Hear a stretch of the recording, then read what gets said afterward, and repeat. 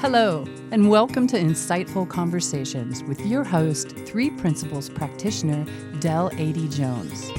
Join her each week as she welcomes some of the world's leading 3 Principles teachers and practitioners who share how this understanding has dramatically improved the quality of their lives and the lives of those they work with. I'm so excited to have the fabulous Nicola Bird with me today. Nicola is the founder of A Little Peace of Mind. After 25 years studying psychology and 10 years coaching clients, Nicola stumbled across a completely revolutionary way of resolving anxiety. It transformed her life, melted away her anxiety, and means that she can now play the game of life in a much bigger way and ditch the control freak.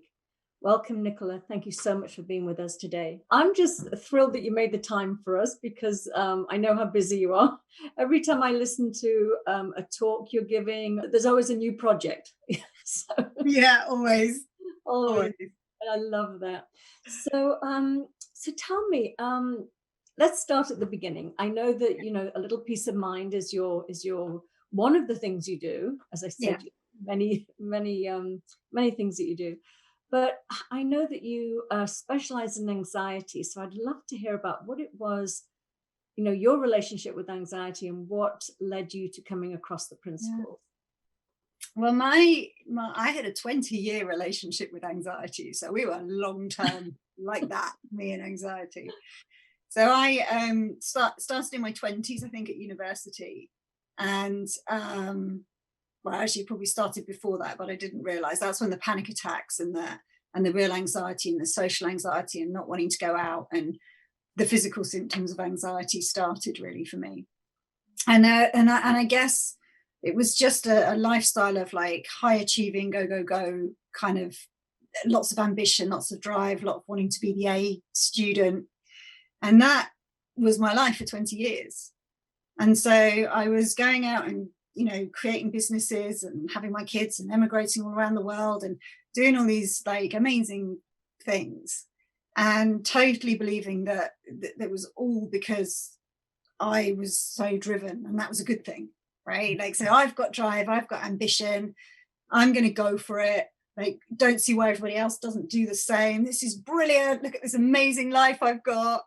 And then behind the scenes, like panic attacks and fear and anxiety and sleepless nights. And I didn't connect the two at all, right, at all.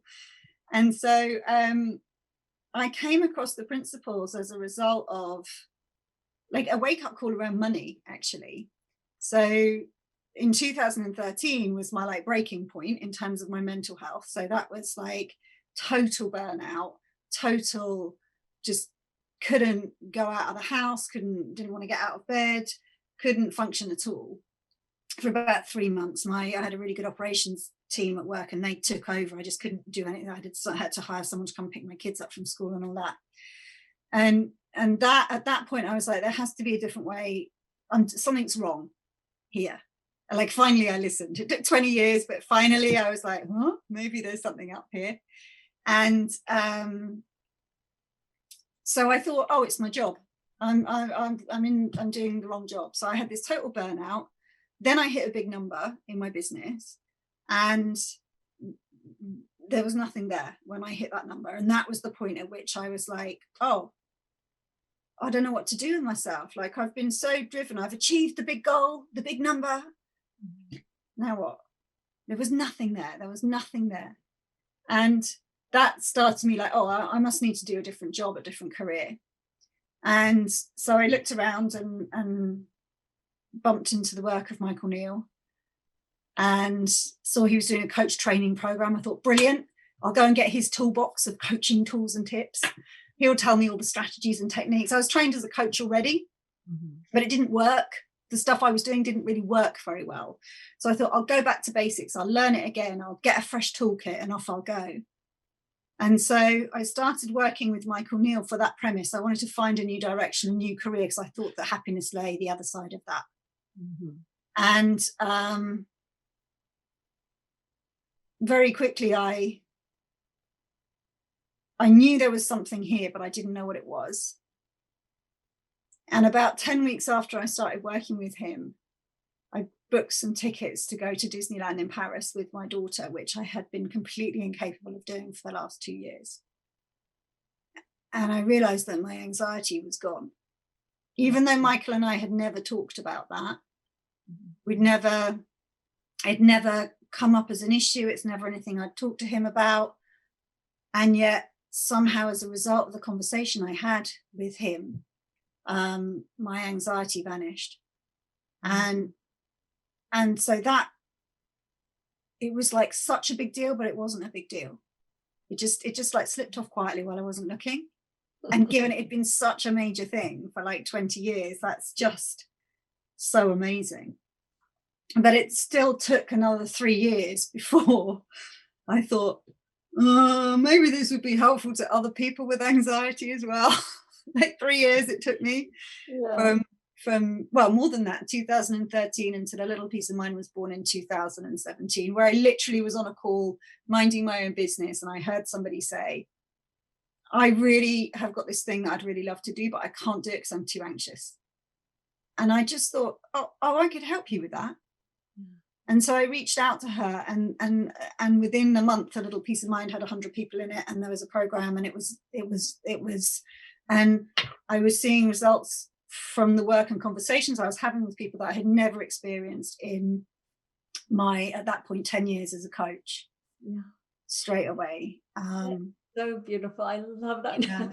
It's funny that we have a slightly parallel, because I used to coach people with codependency and narcissism, and I could understand it. I could point it out. I could explain it to them, but I couldn't help them find the way out of it because I hadn't found the way out. Well, my background was like teaching people about how to be bigger, better, faster business owners, because that's the way you want to go, right? And it was like just pulling people along on my own insanity. Yeah. Oh my God, that's hysterical. It's so funny because it's so innocent though. But when I came across the principles, it was like, oh my God, I found the way out, but I didn't think to help all these other people that had codependency find their way out. I was just like, okay, well, I just carried coaching like I normally coach. Yeah. I carried on coaching business owners. I said, I found something really new, like this whole different, and it's really funny because I was like, there's this whole different way of understanding life. And it's, you know, when you first bump into the principles and you can get very evangelical, right? Be a 3P test. Like, you've all got to know about this stuff. And so I had all my clients that were used to me, that came to me because they wanted their asses kicked into doing something that they weren't doing. And that's why they paid me the big bucks. And all of a sudden I wasn't interested in doing that anymore. Oh, wow. And so there was that shift in business, in finances, in focus, in people I was working with, that kind of transition period. Yeah. But in truth, I was still learning. It was still starting to make sense to me. So what I was teaching and sharing about the principles at that point was pretty ungrounded. And so it didn't have that much impact. But when I started talking about my experience with anxiety and like, oh no, I knew there was no other explanation for the change that had happened in me apart from the principles.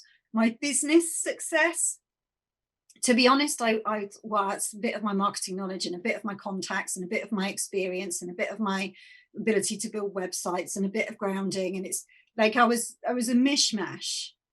And so, but when I came to share what had changed for me around anxiety, I had nothing else. It was the only thing that I could say, this is what made the difference. Mm-hmm. And as I shared my own truth, what I saw to be true about that, there's something about when we start to share, and everyone always says, teach what you know, teach from your own grounding, share what's real for you. And I was like, yeah, I am. But I didn't see the difference until I started sharing about the difference it had made to my anxiety. And all of a sudden it was like night and day, the impact and the shift that started to happen to people, because I was so on what I knew that it woke up what they already knew. Yeah.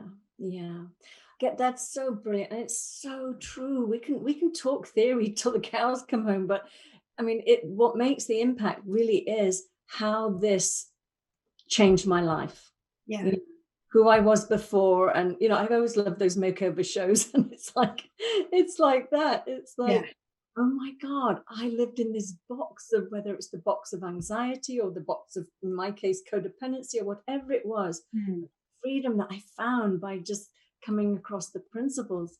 So that's fabulous. So I'm sure, I shouldn't say that, because actually I was about to say, given, you know, what we've been going through over the last few months, I was going to say, have you seen a rise in anxiety? And then I realized it's quite funny, actually, because I've actually experienced a lot of people being incredibly calm. It's that sort of the slowing down has actually calmed them down, as you know, instead of being that doing. Yeah. So what have you seen over the last few months? Well, I fully expected to see a load of freaking out in my Facebook groups. And instead what I saw, which was, of course, what happened is, before the pandemic, people were like, well, I want to go on holiday, but I can't. I need to go to work, but I can't. I want to get in a train, but I can't. I need to drive, but I can't. I'm worried about going out and seeing my friends and having nothing to say. My social anxiety is crippling, so I can't. I really would love to be able to go to the shopping centre, but I can't. And all of a sudden, when all of those things were taken off the table, they still weren't doing the things, but their expectation vanished that they should be able to.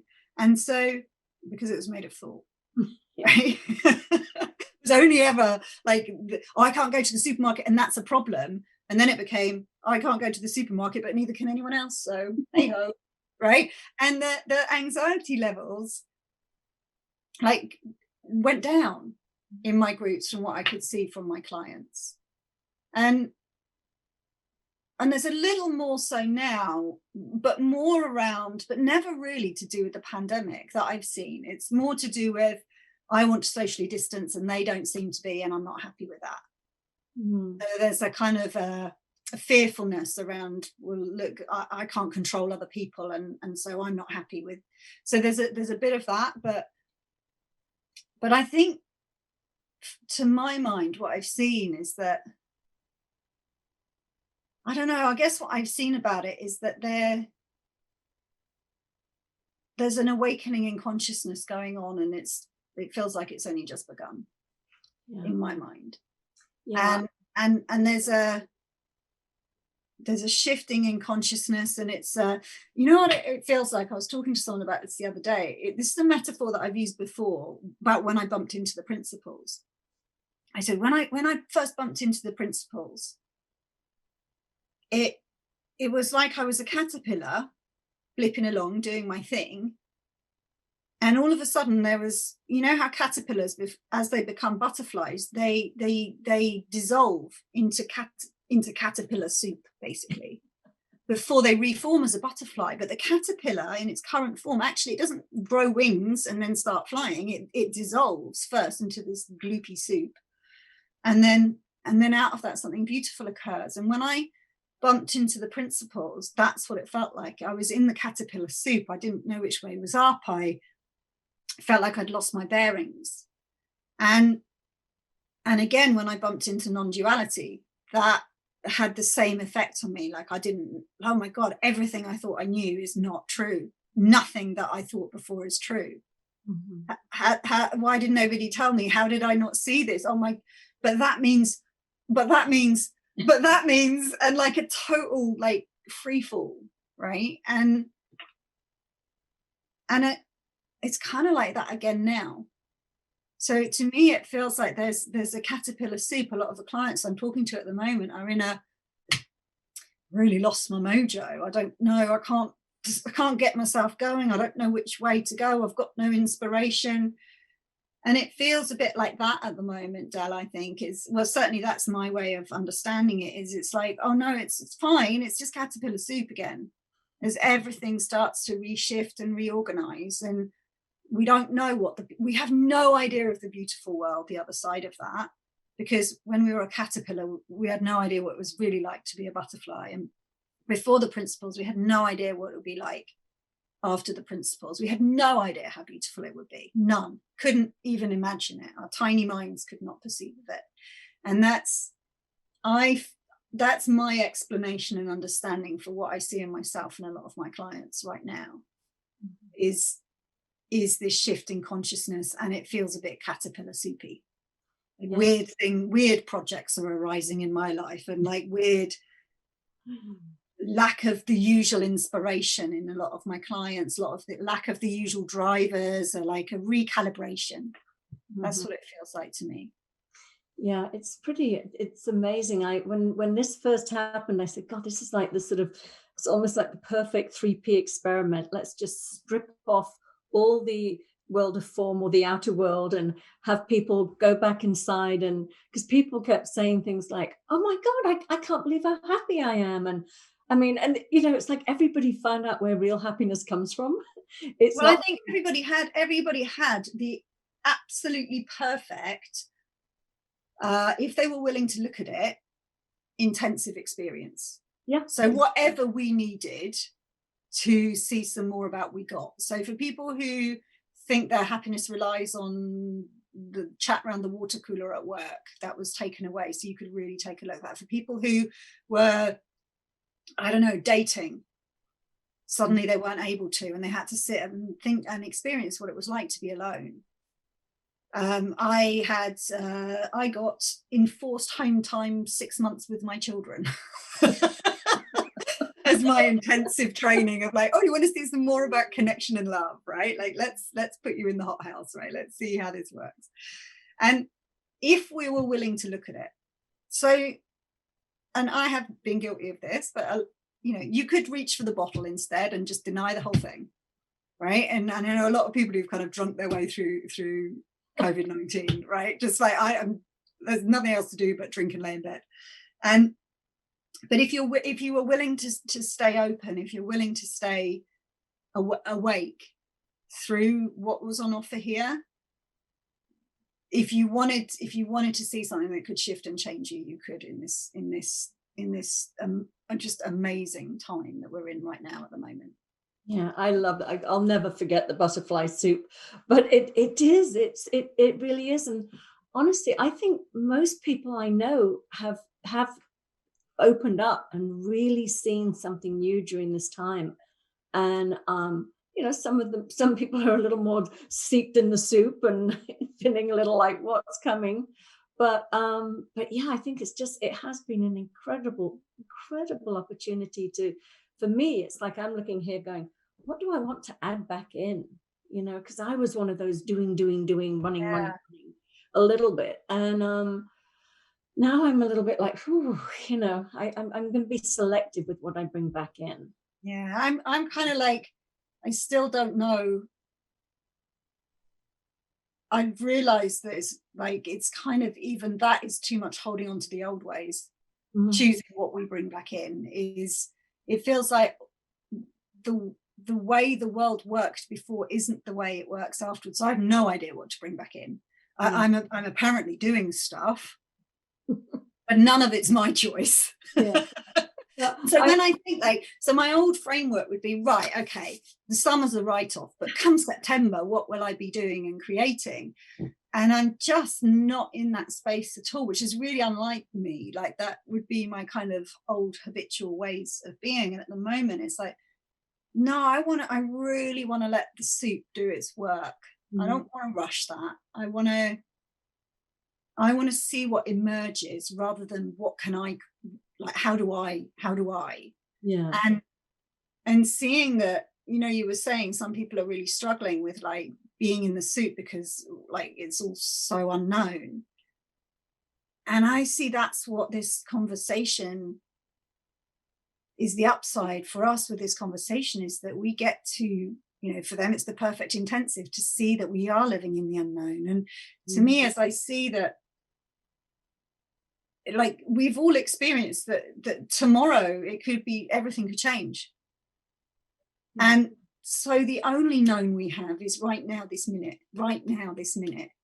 And any idea of what I might do tomorrow or next week or September just doesn't even make sense to me right now at the moment, because the only known is like, I'm here, right here with you. That's it. Yeah, and I know exactly what you mean, and Yeah. I've had this incredible feeling of being lived this last few months. I mean, it again, zero being in my head of what can I do, what should I do. It's just been sort of rushing through me, and me going, really? Well, that sounds like fun. Okay, I'll do a bit of this. But what I'm noticing is like, normally I would go to yoga every day, or I go to the gym and things, and that's the stuff where I'm like, whoa, wait a minute, maybe I didn't need to go to yoga and the gym. Maybe Yeah. just it's fine. Yeah. That type of doing. It's like, I don't think I want to push myself that far anymore. I mean, I want to be healthy, but I don't have to do Yeah. that type of. So that's the stuff where I'm being a bit more Yeah. selective. I'm like, not yet. My yoga. Yeah, well, it's that reshifting of priorities, isn't it? As we re-enter, like what looks important to us now that didn't look so important, or what looks less important than it used to, I think. Exactly. And I think, and you're right. I mean, this, like, I want things to go back to normal. Sometimes I hear, and I'm like, whoa, there is. Well, number one, say that again. Sorry. I said it ain't gonna happen. I don't It think. ain't going to happen, exactly. And it never happens. That's the illusion too, is we always think that things are going along in a certain way, and that's the way it's always going to be. So yeah, it's so funny. You know what I'd love you to share here, because I just heard you talking about it in the last few days with John, and I love the analogy for people. I mean, most people that watch the show under they're three principles people, they understand. But I love the way that you talked about thought, and you used I know you're spending a lot of time in your garden recently, and you used the analogy of the garden hose and the light and the sprinkles. That was a beautiful metaphor for how our experience is created, is that this beautiful rainbow would be created, and then a second later the colors would shift, and they would change, and they'd shift, and they'd change, and they never stayed the same for more than a second. But there wasn't anything there. You couldn't reach out, you couldn't touch it, you couldn't, and yet it could be experienced. And it was the interplay of the three things. So there was the water that was coming through the hose was like unstoppably coming from the wall, if you like, right? A constant flow of water. The droplets of water that were coming out of the end of the hose, and the way they interacted with the sunlight, that's what created the illusory rainbow, this beautiful whole experience. In our lives, it's our experience of life. And they were just made of the interplay of these three elements: the water, the light, and the hose, right? Mm-hmm. And take out any one of those elements and no rainbow, right? Minus consciousness, no life. Minus mind, no life. And minus thought, no life. But they were all that was required. There was nothing else involved in that interplay. And yet it created the whole experience, fresh, live, in that very moment. And that it was just a beautiful way of seeing the interplay of the ingredients of human experience, I guess. No, that's beautiful. I love how you shared that, because it just, for me, it was so profound. It was just a beautiful example of exactly, the interplay of mind, thought, and consciousness, and how the hose was going in one direction, and it created a rainbow of some sort of shape over here, and then just by simply moving or twisting, whatever, and that would sort of disperse, and another one would appear, and it was a great example of our experience of life. So that was just beautiful. So for people that are out there that are, because we are talking about anxiety right now, that what would you say was the thing that you saw that was the most helpful thing to help you with your anxiety or anxiety attacks when you first came across the principles? I saw, when it happens, you can take care of it then. And then I saw, when it happens, you'll be taken care of. Still makes me cry. So I had been living, as most people with anxiety do, in a pile of what if thinking. What if I have a migraine now? What if I have a panic attack when I get there? What if they ask me to go to their wedding? What if I freak out at the airport? What if I can't get on the plane? What if they ask me to go on a motorway? What if I go there and I can't get back? What if someone gives me a lift and then I've got no way of getting home? And that was pretty much my whole mind space was full of that. And so I was conjuring up through thought some pretty ugly looking rainbows. And then almost like standing on the other side of the garden and trying to mitigate for the ugly rainbows that were apparently being created, right? It was like, well, I got to figure it out now. So if I get there and then I have a migraine, who am I going to call? Like, have I got their number? But what if they're not around? So who will I call then? And like, it just went on and on and on and on and on. And I had that, when you have a big insight, I know where I was sitting. I know the cafe I was sitting in Santa Monica, when I had that insight. And I had the insight, oh my God, when it happens, I can take care of it then. And my friend who was sitting over the table from me was the one who said, no, Nick, when it happens, you'll be taken care of. You don't even need to figure it out in the moment. Something else will show up just in the moment when you need it and will let you know exactly what to do. Yeah. And with that insight, just a whole mountain of thought collapsed. All the noise in my head collapsed. I saw, I didn't really understand what it was, right? Because it was really early on in my journey of the principles. So I didn't really understand what had happened. With hindsight, I can put words to it. So I can see that what I realized the truth of was that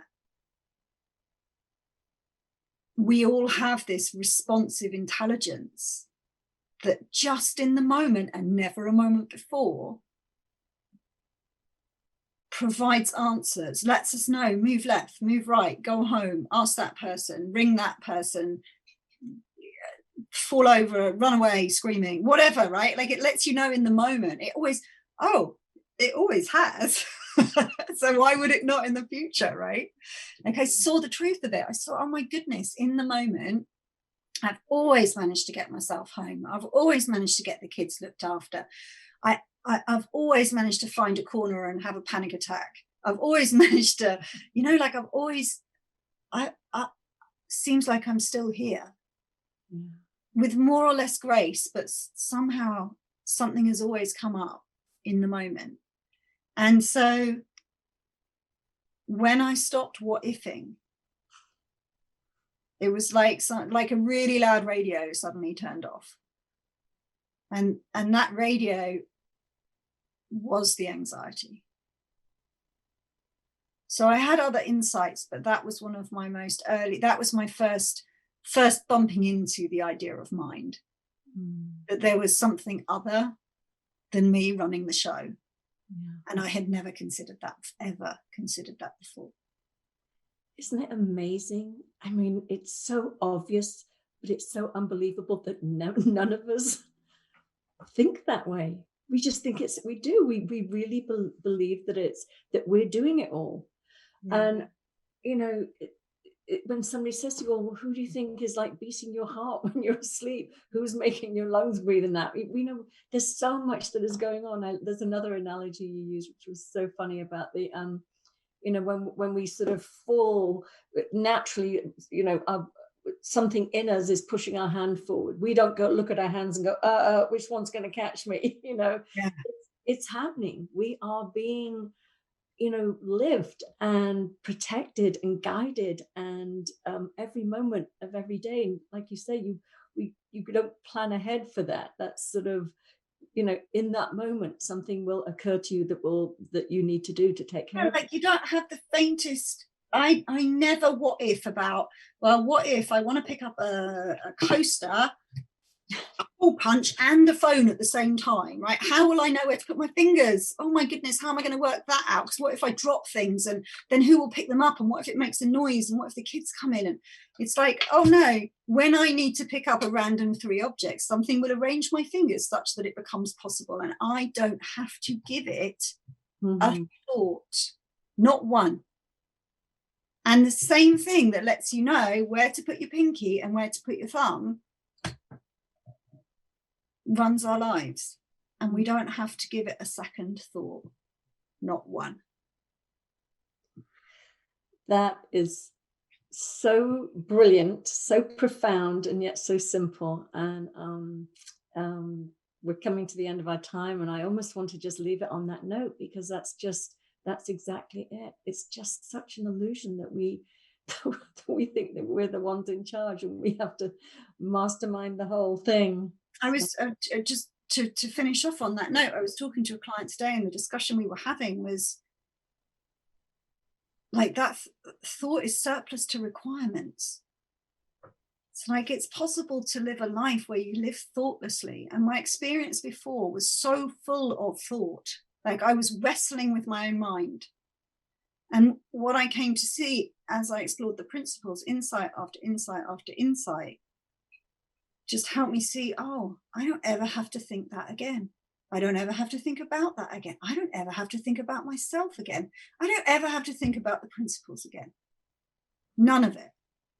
And so I get to show up and live a pretty much, some of the time, not all the time, thoughtless life. And it's possible to live a life with a lot less thought than we think.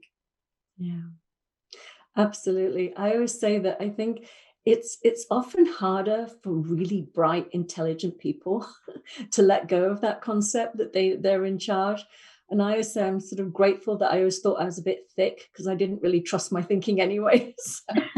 Oh no, I definitely valued mine. I thought that's what it was all about. Yeah, no, I love being lived. I love not having to sort of get in there and figure things out. So yeah. Well, it's like the lazy girls approach to personal development. Exactly. Yeah. Well, that was fabulous. And I really, again, thank you so much. It was lovely spending this half hour with you. And thank you for having me. Yeah. So good luck with everything. I mean, I hope to see you again in London or here when we all start traveling again. Yeah, me too. Yeah. All right. Take care. Thank you so much. Bye-bye. Thank you so much for listening to the show. If you're interested in learning more about my coaching and mentoring packages, please reach out to me at deladjones@gmail.com. I would love to hear from you.